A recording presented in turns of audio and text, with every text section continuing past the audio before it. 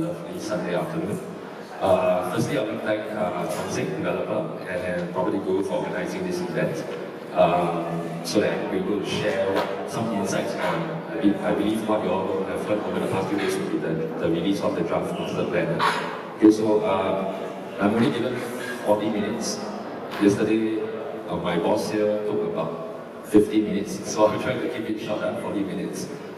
Okay, so as usual, disclaimer, whatever that we share here does not constitute to your decision in purchasing. We're just here to share our insights. Of course, ultimately, when you make the decision to purchase, please do your own research as well. Okay, where we come from, SRI itself, we are a local-based company, running a strength of about 600. So we have conducted seminars throughout from our boss Carlo. So for example, North Park Residences, this would be Lake Grand. So this is not the first time we're actually sharing what we learned or what we actually study in the market and sharing it to our buyers as well. Okay, so I believe all of us seated here, we have one goal in mind. Some of you are looking to purchase your first home. How many of you looking to purchase your first home? Okay, good, we have one. So the rest are maybe you're looking for something to invest in. Okay, good. So my opinion is as such, even for purchasing first home or investors likewise, ultimately I think we still, at the end of 5 years, 10 years or 8 years down the road, after living in the property itself, I think we still want to have that little bit of margin for us to even upgrade further. So be it buying as a homestay or buying as an investment property, I still think that we still need to study the location, study the government's planning, and make the right decision in terms of which property.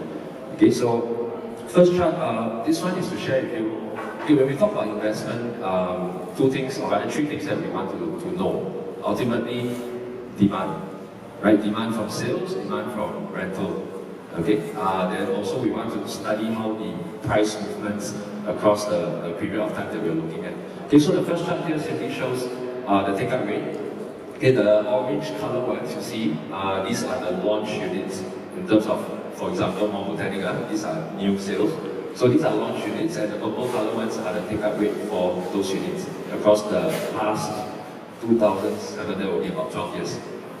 Okay, so we can see here that they're averaging about 12,000 units per year. Okay, and the next chart will show you this is the resale demand. Am I blocking your view, sir? Because she said don't want to take the food. So I'm really forced to stand at an export. You want to stand there and sit? It's not your neck like that. You want to stand there and sit, yeah. Am I blocking your view? Yeah, just stand. Okay, so this is the resale demand, okay, across the years for private residential. The previous one was for new launches. Okay, so what we are seeing here is actually across since 2013. This is where, can anybody tell me what happened in 2013 in the property market? Okay, this is the introduction of the TDSR. Okay, this is the introduction of TDSR, which means people, or rather people who are buying, purchasing property, they find it more and more difficult to actually take up the loan that they want to take up based on income. Okay, so since then, ever since they introduced TDSR, we saw a pent-up demand across 2014 all the way to 2018. So actually, it's not that don't have buyers, because across the years, we have seen that averaging out is about 12,000 units per year. There is demand every year on year. Okay, but ever since introduction of TDSR, buyers, for some reason, because maybe cannot take loan, because felt that maybe the market will go up or go down, regardless of reason. Okay, we saw this pent-up demand across the years. So there are in fact actually a lot of buyers waiting on the sideline, waiting to find the right chance to come into the property market, whether it's looking for the right product or depending on pricing also. Okay, so this is the vacancy rate. So we saw the demand for take-up rate in terms of sales. Now we want to study the demand also in terms of rental. Okay, so across the years, vacancy rate for private residential units, okay, we can see that close in 2018, it has fallen to a rate of about 6.4%. So what does this mean? This means that in about 100 units, we only see maybe about 6 or 7 units that are vacant. 6 or 7 units. So that is a very, very low number for those who are looking to invest, please do not be afraid, okay? Because the chance of renting out your unit, for example, in the next chart I'll show you.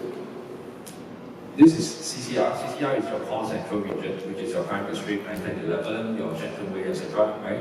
And then we have the rest of the core region, which is your city fringe areas. Okay, and then of course we have the suburban areas, which is OCR. And you can see the percentage-wise is much lower than what we are seeing in the central region and the rest of the RCR as well. Okay, so these figures-wise, if you do an average, I would think it's about slightly over 5%. So that's even lower than the average of 6.something%, 6.7%. So which means every 100 units out there, only 5 units are actually vacant. Okay, so it's very, very healthy take-up rate in terms of rental as well. Okay, and the Singapore property cycle, so I believe everyone who is looking to invest will have studied this chart. Many people, different people look at this chart, they interpret it differently. Okay, because investors-wise, it's all about looking at your historical trend and trying to project the future, right? Likewise for the other investment tools like your stock market, etc. Okay, so this is where we want to study this so-called 10-year cycle in Singapore. Like a lot of people, they have been talking about this 10-year cycle. Okay, but when you actually look at this chart, personally, I don't see a 10-year cycle here. What I see is actually slightly lesser in Singapore's regard. What we are looking at is actually this cycle itself is taking about maybe 5 to 6 years. Okay, so 10-year cycle, I don't know, some people strongly believe in it, some people see it as a myth instead. Okay, because ideally there should be a cycle probably in other countries, other markets. Okay, but in Singapore, because of what we call unpredictable circumstances, for example, no one will predict this Asian financial crisis, right? Back in 1996. Okay, and then we also have year 2000, the dot-com bubble, and then 2003, your SARS period. And then, of course, over here, this is where your Lehman Brothers, okay, the great financial crisis. And after that, the government's introduction of the cooling measures. Okay, so what we can see here is this was a trend. Okay, this introduction here, so throughout the years, we have a trough and we have a peak, right? The T and the T's, you can see that. Okay, and throughout the years, if you ask me what I interpret from this chart is, when people buy a property, usually the analysts, they will say what, location, location, location, right? But I feel a stronger reason, or rather a stronger factor to take into account is timing of purchase. Okay, so for example, if I were to buy here, there will be a good timing, so-called good timing for me to release the property. Okay, for example, this period. If I were to buy here, at this point in time, obviously we don't know what will happen in the future. People will say, wow, you're buying at a high, but you don't know what's happening in the future. Right, and property market, and if you're looking to invest in property, usually it's a long-term kind of investment. Maybe about averaging about 8 to 10 years. Okay, and thereafter, look what happened here. Okay, we reach another peak. So there is always a good time, whichever timing you enter into the market, I believe in the future, there was always a good time for you to release the properties. Okay, and over here, what I want to stress upon here is the introduction of the cooling measures. Okay, so Singapore's government is very, very strong in their planning, as you can see later on in the master plan. Okay, they also study this trend very, very closely, and they are always a few steps ahead of us. Okay, so if they do not introduce this cooling measure here, okay, what will happen to the prices then? They will have gone really out and maybe even way above this chart. Okay, but because of the introduction of the cooling measures, it was able to stabilize this spike in prices, such that Singaporeans, you and I, can actually afford. Right? Because if not, then it will just be, even our next generation, it will just be more and more difficult for us to purchase property. Okay? From this chart, it also tells me, this is actually, every time I see this chart, it reminds me of my childhood days. Okay, why? Because I'm born in 1984. So if you see here 1996, that would mean I'm primary 6. So when I graduate from primary school, PSLE, Asian financial crisis. So my pocket money also crisis because my parents no money to give pocket money going to secondary school. Right? And then after that, year 2000, dot-com bubble. 2000 was the year I graduated from secondary school. So crisis again. Then after that, went to university, graduated in 2008, studied applied maths, looking for a job in the bank. Lehman Brothers crisis. Yeah, so I don't know if it's sway or not. Okay, so even though we saw these cooling measures here that is suppressing our prices here, okay, but ultimately just now I told you already we have this pent-up demand that we're looking in Singapore. Okay, so buyers are still on the sideline and some of them are still coming on board, okay, to purchase property, which is why at the end of this is until 2017, which is why when you see 2018, the new home prices actually shot up. Okay, because the demand is still there.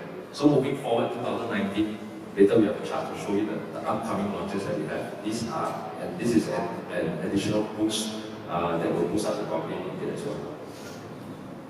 Okay, this is the chart. So as you can see, moving forward from now onwards, these are the blocks that happened last year, the GLS lands that were taken up last year as well. So this is the supply that's going to be in the market moving forward. 2019, probably some spill over to 2020 as well. Okay, you can see that the concentration of projects are actually located in your central region. Okay, some are across the city fringe as well. Okay, the rest of the suburban areas have already been launched or already been bought, fully sold. Okay. Okay, and we want to see the price trend projection moving forward. So, what we predicted last year, okay, this is the estimation for this year. What we predicted is actually coming true. So we can see that in the core central region, are these prices being released out in the market? Yes, they are.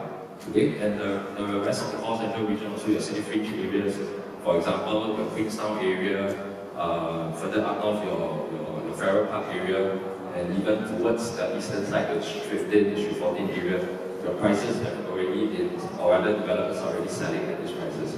Okay, and even for your outside core central region, which is your suburban areas, okay, Serangoon, for example, is already going at 1,005. That's just one example. Okay, and then we have ECs coming up as well. So ECs, when the price that they're setting is actually a benchmark for your private property. Likewise, the HDB prices is a benchmark for your EC. Okay, because the gap cannot be too close. And the EC price and the private property price gap cannot be too close. Right? So developers are watching these prices. So when your EC, which is the latest one at Sumang, so their break-even price, if I'm not wrong, should be about close to 1,000 per square foot. So the estimated selling price would be slightly over 1,000 per square foot. So if you're paying 1,000 per square foot for an EC, then your private property minimally you should be looking at is probably about 1,300, 1,400. Okay? Okay, and then the next question is everyone wants to know is there a bubble in Singapore? Right? Is there a bubble? What they say about bubble, okay, this is taken from UBS. Yeah, just read from here. Okay, price bubbles are regularly recurring phenomenon in property markets. They refers to substantial, sustained mispricing of an asset, the existence of which cannot be proved unless it bursts. So we will only know whether there is a bubble after the bubble has burst. Right? Ironically, yeah. Okay, so this is UBS chart. Okay, and you can see it across the world. So this is your America, Europe, and then you have the Asian countries here. Okay, the red bubble means, not bubble, it means balloon, going to burst already. Or no, not going to burst, they are in a very dangerous zone. Okay, so we also have orange colors, which are slightly, across the average. And we also have the green ones, which are very healthy. So as you can see in Singapore's case, we are close to zero. Okay, close to 0%. Okay, and then this is another chart you can see when they plotted out on the map, on the chart itself. In terms of ranking wise, we are one of the lowest in the country when we're talking about the price bubble being formed up. Okay, this chart here basically tells you the take-up rate over the last 5 years and the last quarter. So the beige color ones are the take-up rate for the last 4 quarters. Okay, but because our prices for the last 5 years have been suppressed, okay, which is why we are still in the green zone. You can see green. So the other countries that are seeing double greens are like Boston, Milan. Okay, the rest are all in orange. So basically, this one tells us that Singapore is still a very safe place to purchase, to invest, which is why you see a lot of foreigners coming about, okay, to buy properties here. Okay, a real bubble. So this looks like a real bubble. Okay, anyone knows where this chart is from, or remember what this chart, which commodity is this chart talking Okay, this one is Bitcoin. This one is Bitcoin. So we've been talking to, this is sent to us by our friend in UOB analyst. So this is Bitcoin and it compares it to our property price index for Singapore. Okay, you can see that this and this is totally two different cases. So he's telling us that, hey, don't worry, there isn't a bubble forming in Singapore's property market. Okay, so plotting out the property price index across a few selected countries like Hong Kong, New Zealand, United Kingdom, Malaysia, etc. You can see that across the years, Singapore is the only one that is going down some, whereas the rest of the countries, their indexes are actually rising. Okay, this green turquoise color line, this is Singapore's property price index. Okay, and this is due to TDSR. So without TDSR, without the government's implementation of TDSR, what we would have seen for our property price index would probably have followed the rest of the countries moving upwards. And then it would be more difficult for us to even purchase right now. Okay? Okay, then I'll move on to the master plan. So this is the thing about property investment. Okay, I like to study master plan because I believe in Singapore, when you follow the government's planning, I don't think you will go wrong. Okay, because investment-wise, not only do you want to buy in a good location, that's not good enough. Because nowadays, if you talk about near MRT, almost everywhere by 2030, by 2035, almost everywhere is going to be within 8 to 10 minutes walk of MRT. So what then? What's next? So for investment-wise, I strongly believe that you need to actually look into what is happening, or rather in the future, down the years, what's going to be happening in the area, any new developments, any redevelopments in terms of the size, how important is it, how much impact it has on your neighborhood in the estate itself. Okay? So, because without this, being near MRT, you may buy into, for example, something that is immediately or rather doorstep to MRT. But if there's no new additions to the area, if there's no new redevelopments in the area, there is nothing for you to go. There's nothing to push the prices in the area. Okay, you need to have influx of new launches, you need to have influx of new improvements to the estate itself. Okay? So in the latest draft master plan, okay, before we move on to that, basically a fast history on Singapore's planning. Okay, Singapore, the way they planned initially was going by a concept plan. Okay, by a concept plan. Thereafter, they have this, okay, concept plan will actually plan for the country for the next 40 to 50 years. Okay, plan for the country. And then they have this very detailed master plan to actually help them to execute this long-term plan that they have. Okay? And then of course you have the implementation. Okay, so this was the first original concept plan in Singapore. Those who are my age probably don't know about this, but this was the first original one. So last time, back then, because they don't have the technology or they don't have the knowledge, etc., they don't have the experience, okay, the first concept plan was considered a ring plan. Okay, so for example, now if when we talk about CBD, that's our central area, right? But because of our geographical landscape, our central is not exactly in the center of our country, right? If you draw the crosshairs here, center would be our nature reserve. Okay, so because you can't put it too far up, close to your neighbors, so they have to go further down, which is the southern. So our southern area is actually what they consider our central CBD area. Okay, so that's when they decided, okay, all our commercial activities, all our businesses, our big companies will all be situated there. Okay, and then they start to ring out. They start to ring outwards.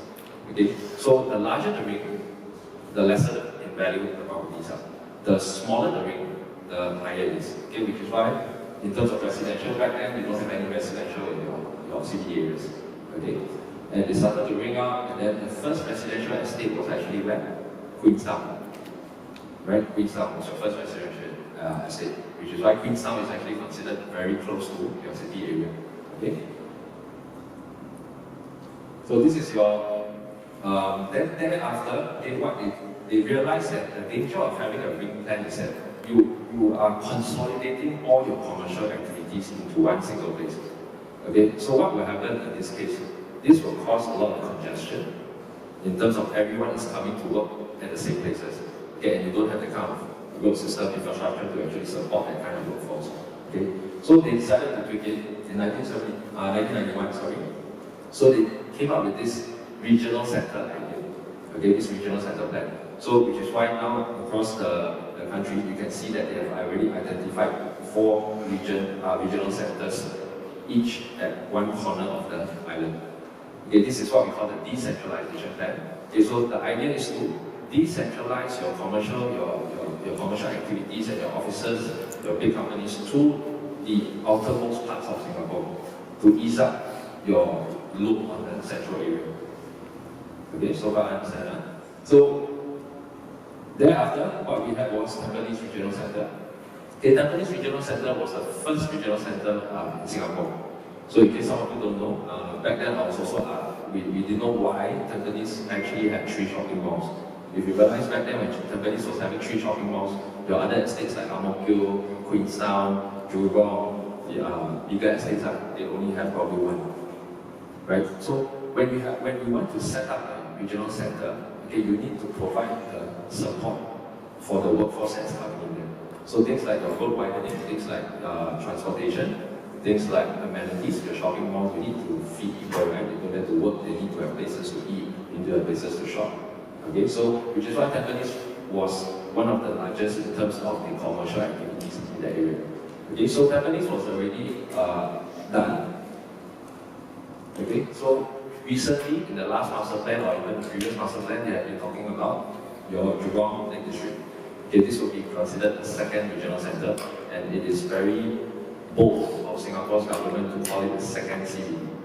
Okay, they actually put it in the 2nd CBD. So really their idea is to really push up all the commercial activities to the extreme portions of Singapore. Okay, so this one was the plan. Okay, this is the newly released one. Okay, so you can see your blue color business, the blue color patches are basically where your business nodes are going to be located in the future.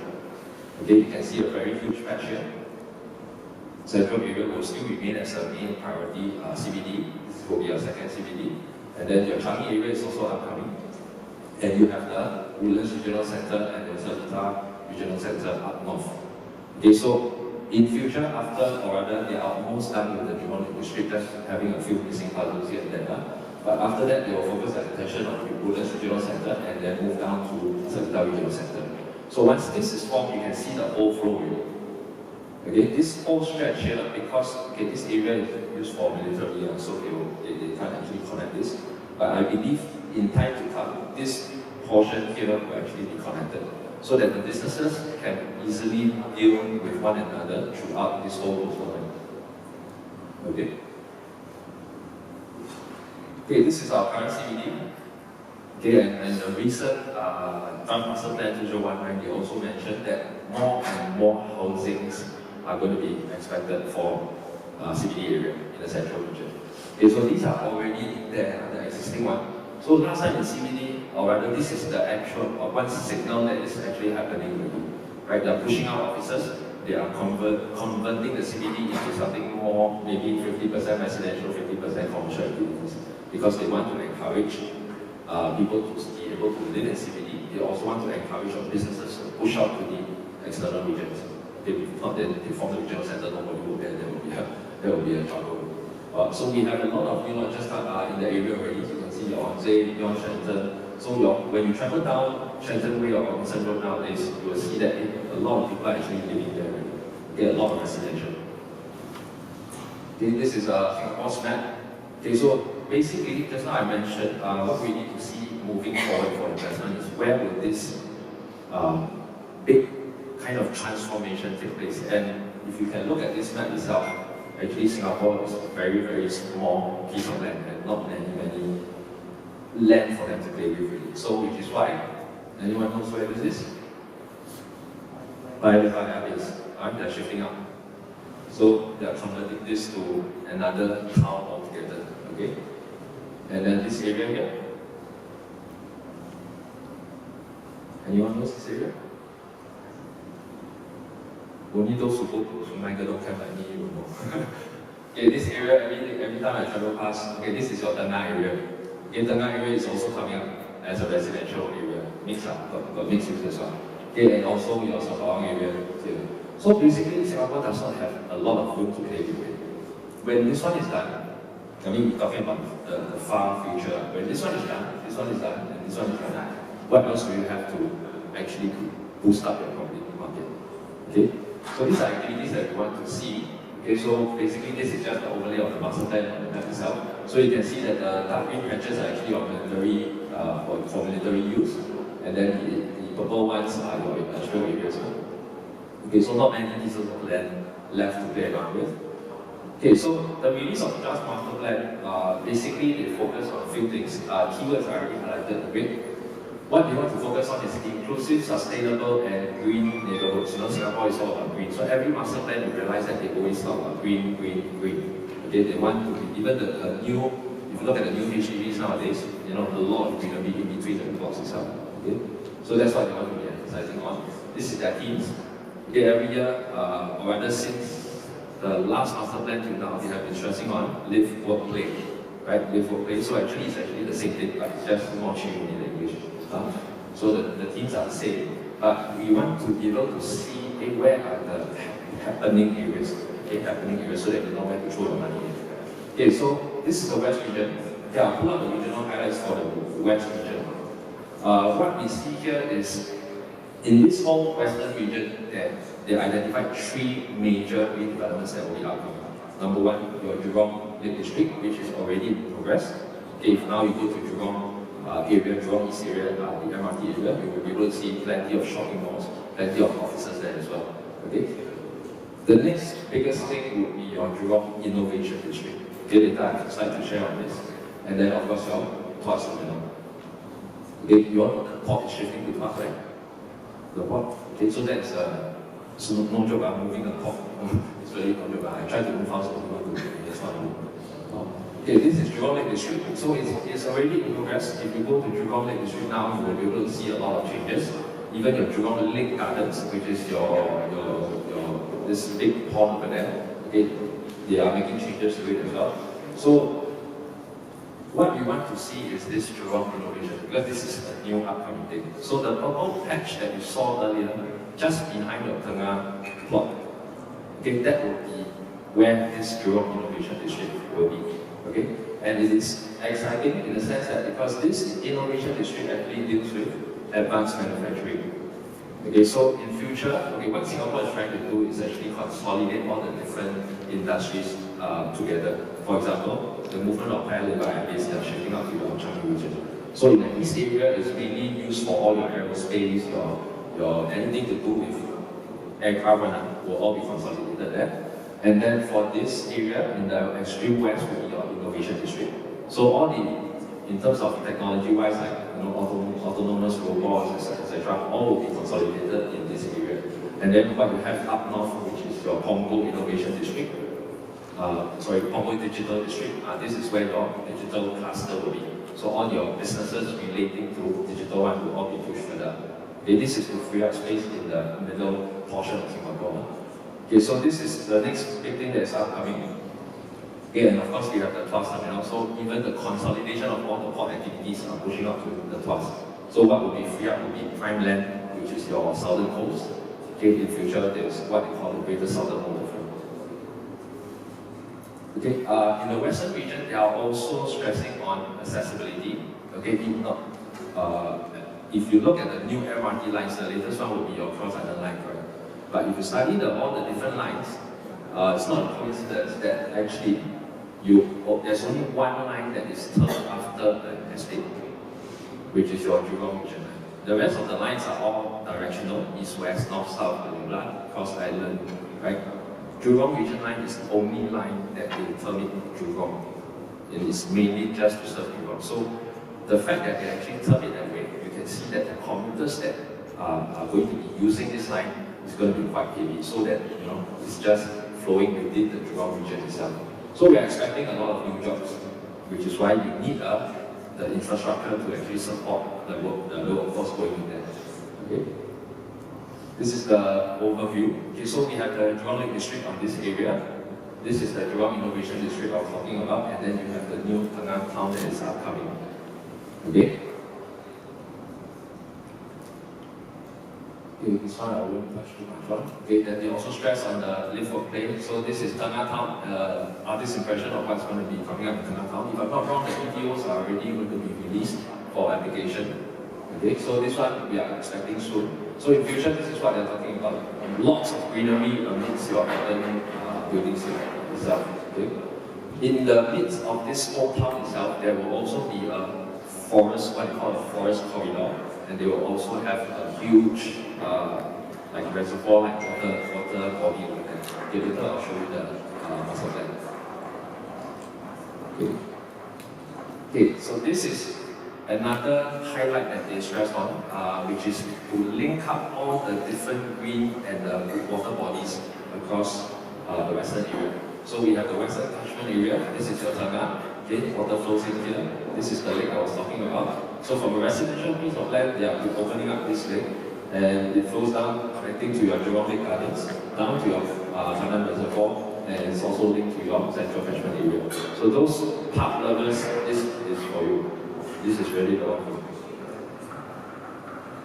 you. Okay, this is taken from their website, so I'll go through.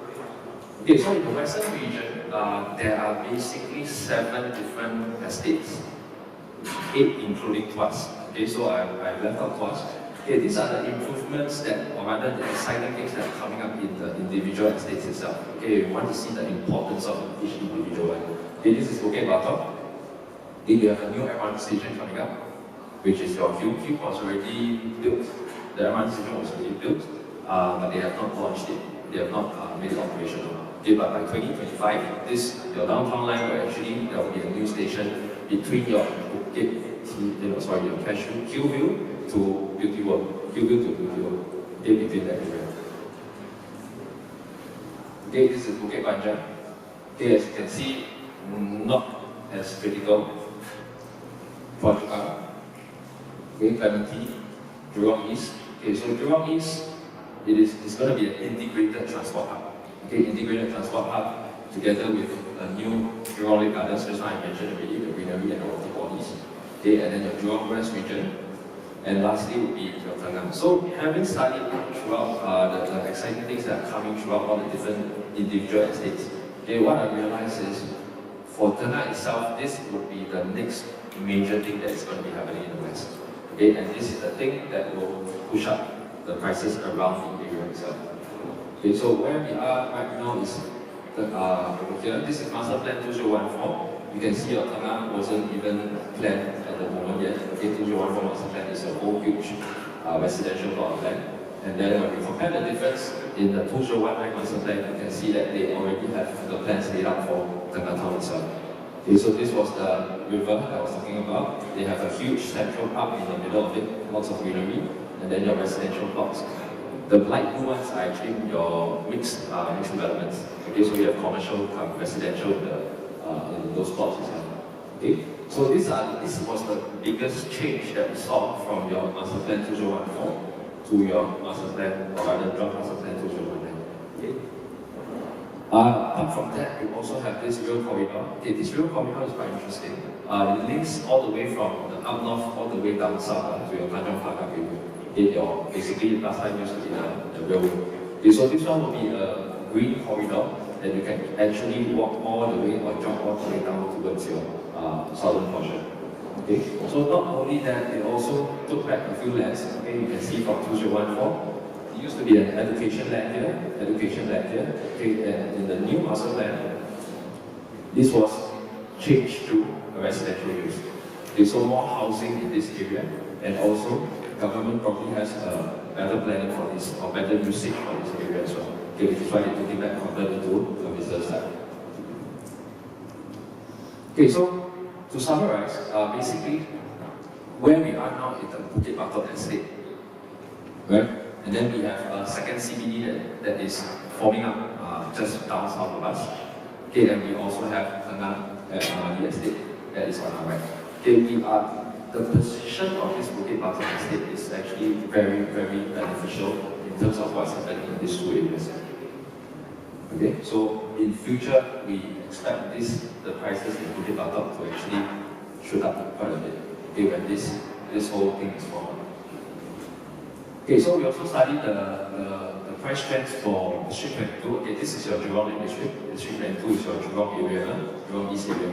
Okay, so before and after they released the announcement of the plans that they had for Jurong Regional Centre.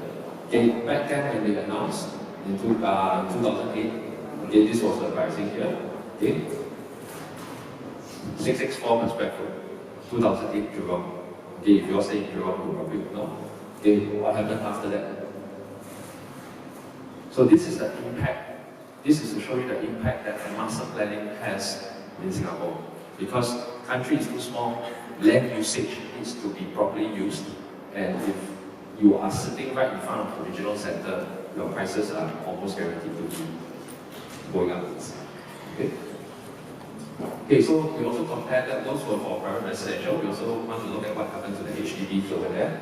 So 2008 HDB prices, 2017 HDB prices, more than double, or rather almost double. Okay. Okay, so we saw what happened in an estate with a regional center forming up. So what happens to the other estates in the same time period that without the regional center? Okay, these were the prices in District 4. District 4 is your Pasir Panjang area, right? Pasir Panjang, Teluk Blangah, some parts of that stretch. Okay, so you can see that in the same time period, they still appreciate, but obviously not as much as what was happening in Jurong. Okay, District 11, a very popular area with Newton, Novena, City Fringe area, likewise, minimal appreciation. Okay, this is District 26, same thing, it's about 100 odd per square foot. Okay, this chart shows you a freehold versus 99 years. So obviously the question a lot of people like to ask is, and a lot of news articles, a lot of analysts have released articles on 99 versus freehold. Okay, in District 23 itself, District 23 we see a lot of freehold properties in this area. In District 23 itself, over the past 10 years, this is 10 years period, we saw that freehold in this area actually commands a better growth rate in terms of the prices. So the green line, okay, up, down, but on the average across the 10-year period, you see that freehold prices have actually increased by 122%. Okay, and versus the 99 years, which is slightly lower, 93%.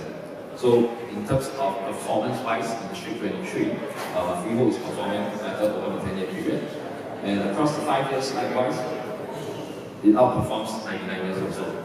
The 99 years properties saw a slightly -6% in terms of prices. Okay. With that, I have ended my presentation. Just in time.